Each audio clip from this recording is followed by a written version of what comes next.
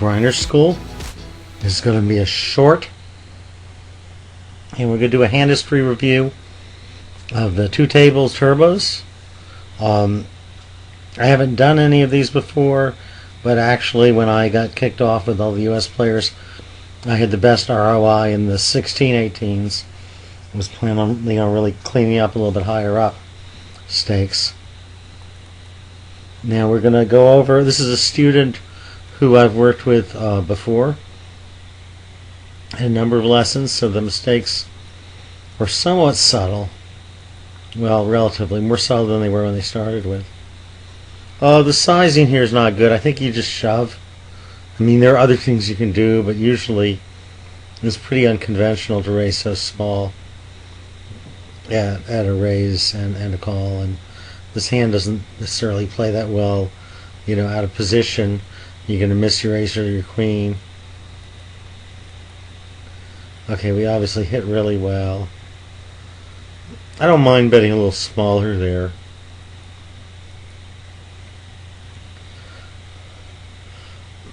Bet a little smaller there, make it look like you're not necessarily committed. You could be c-betting. Okay, so nice hand.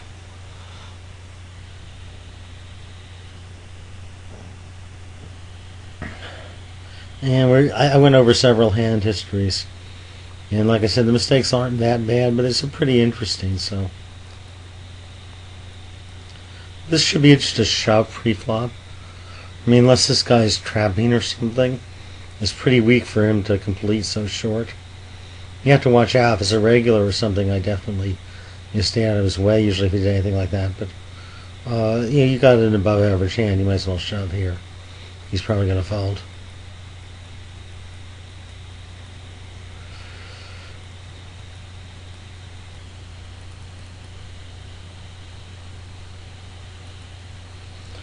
This is not good, and this student made the same mistake repeatedly with like this kind of stack, a little more than 10 big blinds, no ante.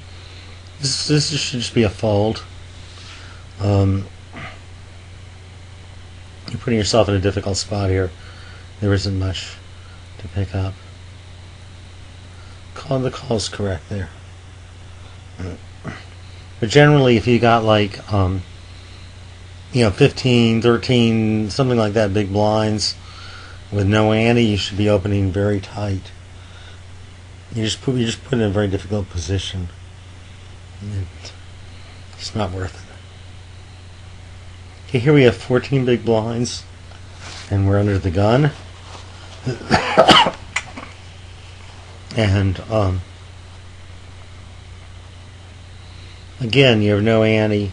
And the hand's not that good for under the gun. It's a very pretty hand. Now, obviously, you can't push this profitably. So, obviously, you know someone's going to raise you. But you need a stronger hand to open with under the gun there.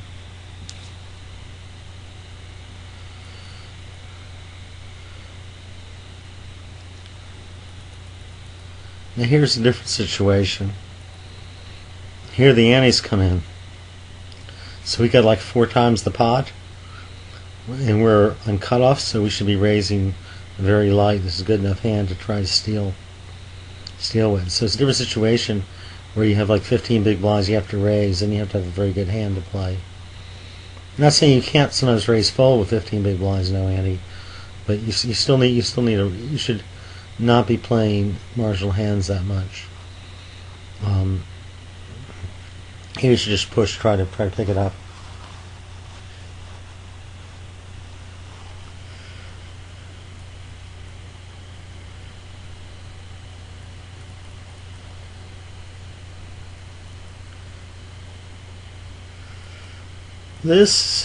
I taught her to do this. Only female person I worked with.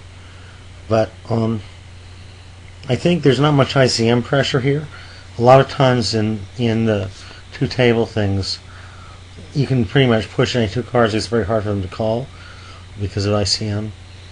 But here the 2 stacks are very close, and this is such a bad hand.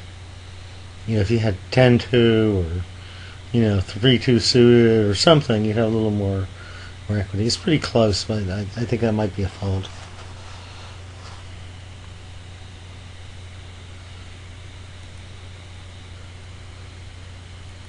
So I think this is really interesting because, like I said, the issues, I mean, they're fairly subtle.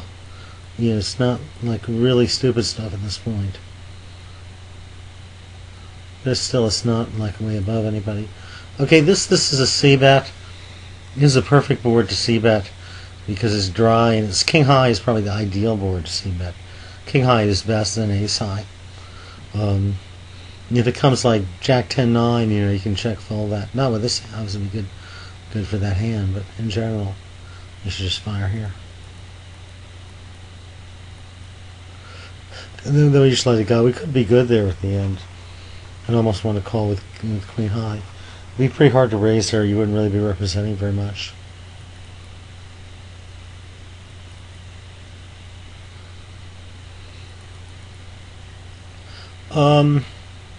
Again, I taught this, but when there's no ante with 6 big blinds, you probably need a little better hand than this. You know, if it was ace-7 suited, it'd be an easy push. It's not terrible, but if there was an ante, then it'd be fine to push there. But there's not that much to pick up. Okay, let's look at some other stuff. Ace king, nice hand.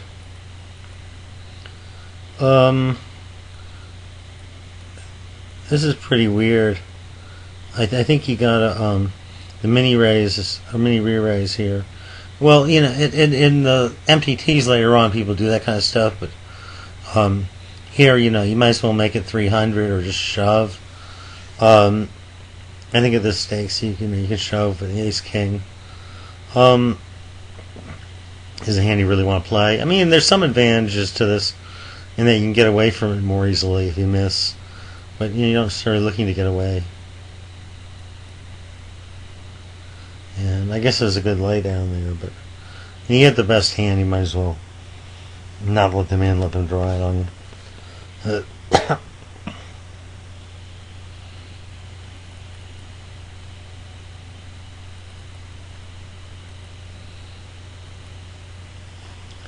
Okay,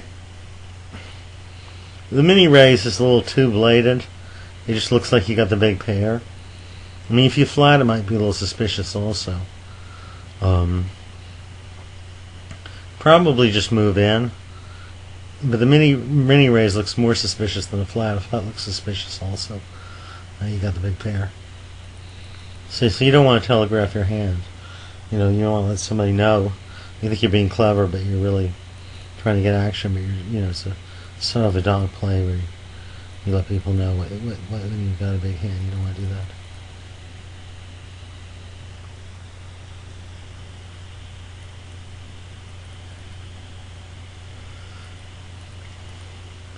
Okay, here, first of all, if he pushed, it's a fold here, even though you got a good hand, because we got 4 stacks that are very close, and so there's a huge ICM. You just want to be stealing, and you don't want to be calling. Plus, his sizing is a little suspicious. It's a little scary.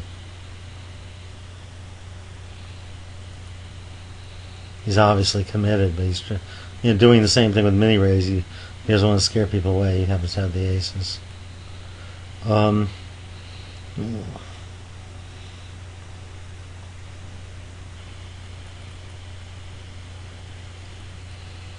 Now, you got 9 big. Now, she questioned this. I mean, pushing to 5 players, just like with that Jack 9, you got 9 big blinds. You got a big stack, so to speak. But with the ante's pretty big at this point, so again, you got maybe 3 to 4 times the pot, and so you're going to steal a lot because it will look pretty strong. And if you call, you're called, you get pretty good pot odds. You pick a big chunk of your stack. When you get this short, you should be pushing. And the fact that it looks, you're pushing into 5 players. You got 9 big blinds. You get a lot of people to fold, and if you get called, hopefully you'll dry out. But again, that situation would be more aggressive, as I mentioned. Okay, like if you have 15 big blinds, no ante, that's a good situation. Being tight, I think the push here is a mistake. your hand's not that great, and you just don't want to take a risk. This big stack calls, and you're not really going to steal the blinds. I mean, you do want to knock this guy out. So the play is probably to min raise if this guy is not aggressive or limp. If this guy is going to be aggressive with a big stack, then the play would just be to fold. But it's just not worth it. I mean, you do want to knock the guy out, but you know, whatever this guy Danielle has will do just as well. And it's just not worth the risk of pushing 12 and a half big blinds here and taking the chance this guy's going to call you and you'll take third. Okay, so I guess that's it for this. And like I said, this is BetGo, who's the master of the two-table turbos. And this student was making a lot more mistakes early on, a lot more blatant mistakes. But these are pretty instructive types of issues. So I'll let you go for now.